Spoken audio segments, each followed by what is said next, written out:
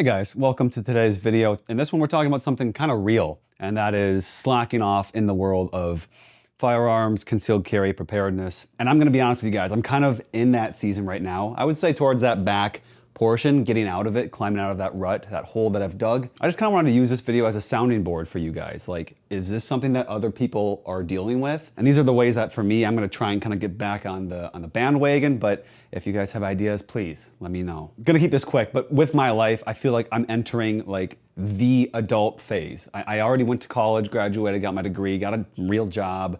I kind of went through those things, but our daughter, our very first child turned 1. We bought our very first home. And so it feels like I've been thrust finally, fully submerged into the adulting world. We're taking care of baby, making sure she's healthy and tracking with the new house. We're doing a million projects. Like everything that we could be changing out, we're pretty much changing out. It's been crazy. I've been trying my best to really pour and invest into my physical and mental energy and capacity, but it's kind of been burning on fumes lately. I'm sure you guys can relate. Eventually on the channel, I do want to make a video kind of talking about what I've been doing with longevity habits, physical health habits, supplementation, those kind of things, but that is not today's video. So let me know if that's something that you guys might be interested in the comments. And so I want the overarching theme of this video to be kind of two-pronged. One, that it's okay to give grace to yourself, and to recognize the season that you're in, but also recognizing that carrying and being prepared, those kind of things,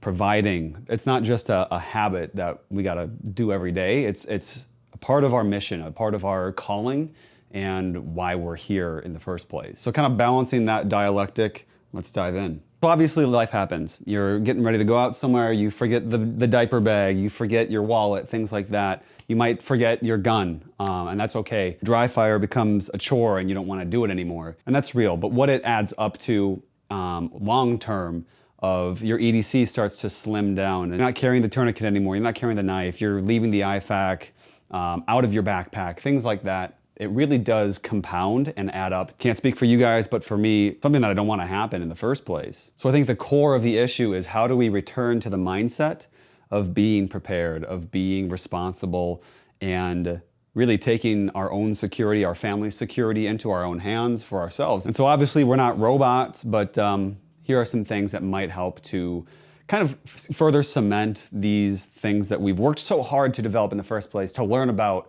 all the media we've consumed. And you don't want to let all of that shrivel up and go to waste. So one thing for me that has been helpful in kind of recentering is keeping my full EDC very accessible, knowing where I'm dumping it, and then knowing where to go to grab it and gear back up. Obviously, if you guys have seen my previous EDC content in the past, it's kind of like almost a Batman utility belt amount of things that I carry on my body every day. I do have an EDC tray on kind of near the foyer, right next to the front door entrance. In terms of location in your house, you might have to figure out what works best for you. I know I have a friend who does all of his stuff on his nightstand, and that is accessible for him. For us, we have 3 levels, so going all the way upstairs is not necessarily the most predictable, the most repeatable thing that I could do. So make sure that the location is near the main access point of your house that you come into each and every day. If that varies, like it does for me, we come in the garage, which is on like the 0 floor, and then we also go in the front door, which is kind of on a floor above. So maybe finding a location that's bridged between those two, get creative with it, and you'll know if it works. I mean, you can just very easily do a litmus test of, is my stuff getting there, and am I carrying it every day? And if no, then maybe work on where you put it and how you kind of store that. So what I dump in my little EDC tray, I think it's a jewelry tray, like a watch tray that my brother got 10 years ago, is I dump my, kind of in chronological order of which sides, which pockets things go in. So put the folding blade knife, that does rotate a little bit. Sunglasses, my wallet. I don't throw my phone there. I don't really have a charging station there, but that might be a good idea to do, especially if you have a handgun safe that plugs into a wall. It's got USB-C ports. That might be something to take advantage of that I should actually start doing probably like today. See, this video is good. This is like therapy because I'm getting to think these things out loud in real time. Additionally, I have the tourniquet there. Usually throw my AirPods down, my nicotine pouches, I know. picking up a nasty habit. And then I throw my handgun in a locked up safe right next to it because we have a child. She runs around. She's very curious. So if you guys don't have kids, maybe you decide not to lock up your guns or keep them easily accessible, and that is probably just fine. Do whatever works best for you. Just make sure that you're being safe, and just make sure that you're not putting the people that you are with every day in your house at risk, because at the end of the day, the goal is to protect them, not put them in harm's way. And so overall, that just makes it easier to, if you're really rushing out the door, you know where everything is, and you don't have to think about, oh crap, where did I put my gun? It's on the bottom floor. Where did I put my wallet? Oh, it's on the top floor. It's in my pants in the laundry machine. That happens a lot to me. My AirPods being in there or something. So it just consolidates things, and especially for those with ADHD like me, you really need systems like that in place. Another helpful tip to kind of incentivize carrying your gun daily is think about the gun that you're carrying and think about the holster that you're carrying. So right now it's summer, it's hot out. I try my best not to change my carry based on what season it is, but in Minnesota, the differences are so extreme. It goes from mid-90s, hot sun, super humid and nasty, all the way down to -20, and then you're wearing 95 layers. So for me, in this season, I've been reaching either for my SIG P365, just the standard grip module. So this is I have the slide off, just the little baby one, because that just literally disappears on my body. I'm not a tall guy, so make sure that you're basing your carry choice around what you can comfortably conceal. Probably the biggest gun you can comfortably conceal is gonna be your best bet. But for me, I'm 4'17", so the gun that I can conceal without, with a t-shirt tends to be either this one or my Glock 48. So kind of playing around with those two different options, making sure the gun is small, comfortable, shootable, and that you don't really have to think about it being on your body or worry about the weight. Discomfort, things like that. But obviously, choosing your holster is going to make a massive difference in terms of how it carries on your body, how much or not much you print, how felt that weight is, because a good holster will evenly distribute the weight across your belt.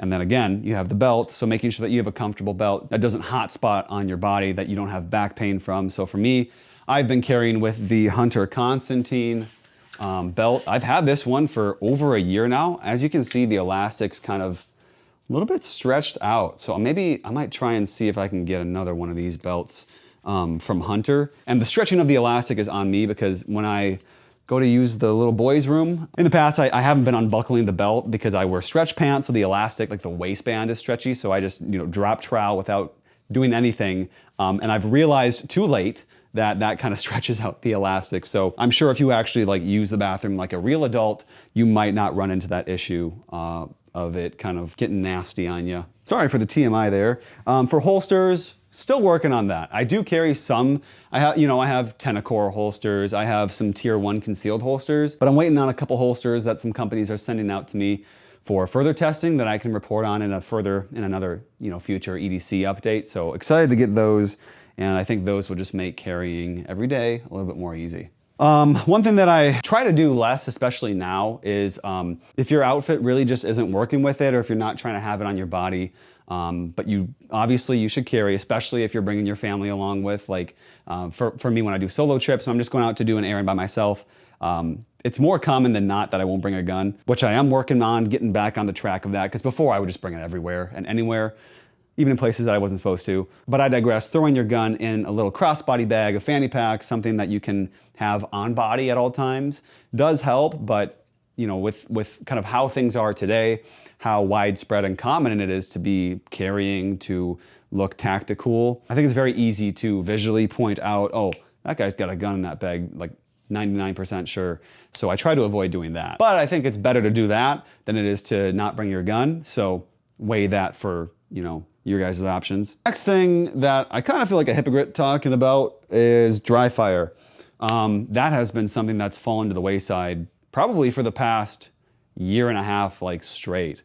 I do it sometimes, but the wife hates it when I do it, so I gotta make sure that I come down to a good spot. Obviously, I have a good spot in the garage here.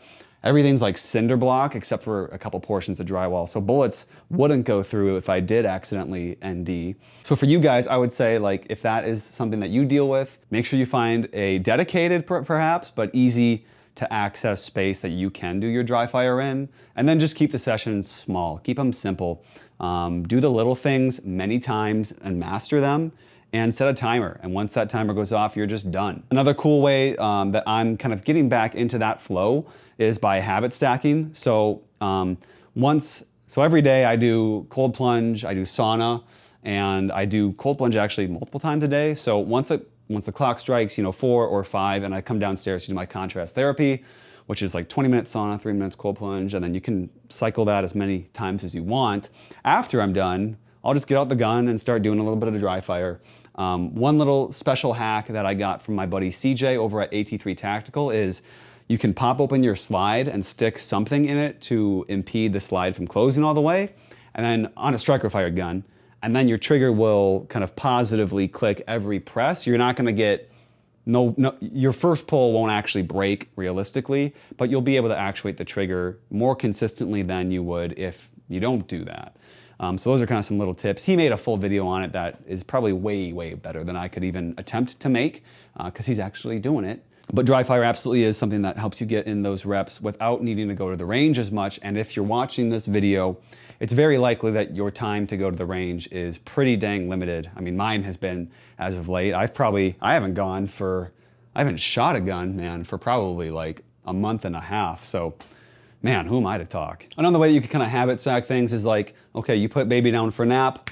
First thing you do then is dry fire. Just find a way that you can program it into your day or even your week. Like once a week is better than nonce a week. Program that in so that it becomes, you don't have to think about it. You don't have to rely on your motivation. You just know that, oh, I did this thing, so now I have to do my dry fire. I would definitely say that like the first week, maybe even like a couple of weeks of you implementing is gonna be hard. It's gonna suck and you're not gonna wanna do it. But once you climb past that initial ramp on period, it becomes second nature. And then you'll be a USPSA Grandmaster in no time. For range time, I think you might laugh, maybe not, you guys might understand. But for me and my wife, we go on a scheduled date night once a month. That's kind of what it's been lately. We used to do every week, but now that's just too hard to do. And food is expensive. So I would encourage you guys to treat your range time the same. Schedule it once a month, put it on the calendar. When you do your weekly or monthly planning, whatever you guys do, make sure that that's one of those items that gets thrown into your calendar, and then send an open invite to buddies.